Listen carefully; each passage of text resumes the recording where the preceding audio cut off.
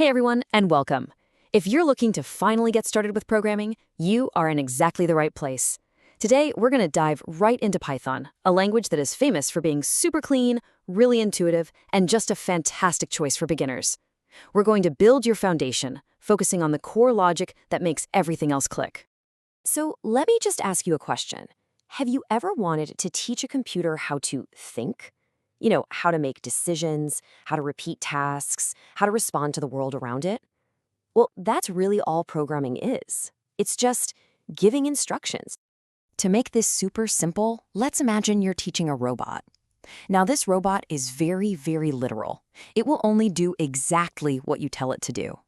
Writing code is just creating that list of instructions, and Python, it's the perfect language for talking to our robot.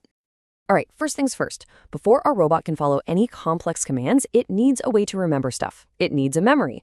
So this is where we're going to start, with variables, data types, and how we actually get the robot to tell us what it's thinking. So what's a variable? Honestly, just think of it like a labeled box. That's it. You put a piece of information inside the box and you slap a label on the front. That label lets you find the box later, see what's inside, or even swap out the contents for something totally new. Okay, let's see this in action.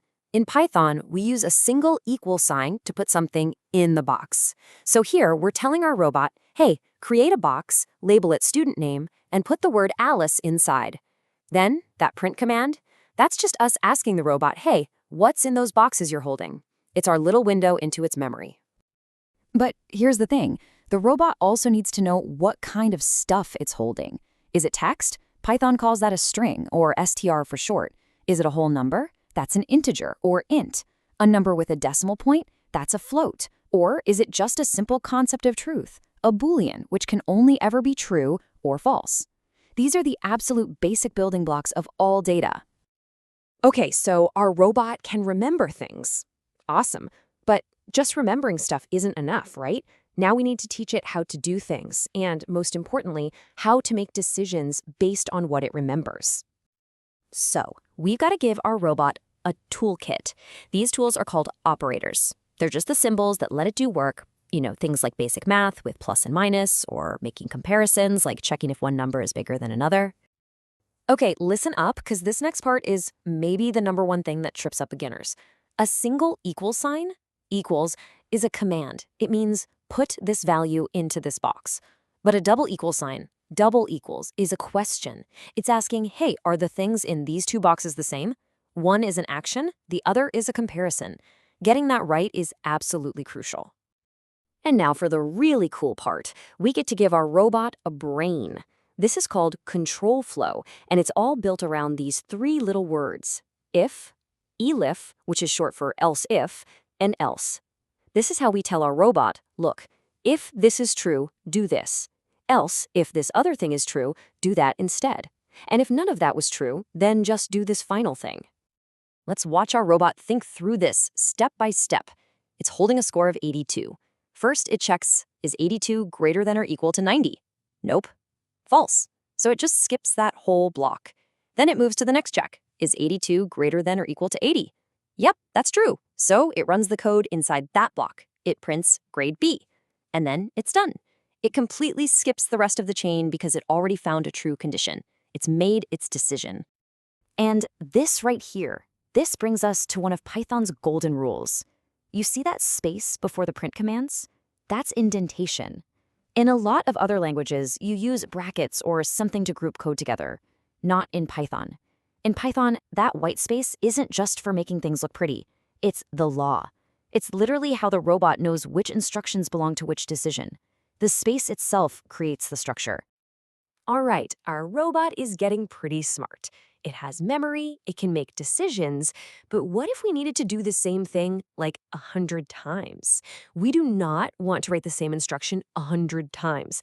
We need to teach it to work smarter, not harder. Well, that's where loops come in.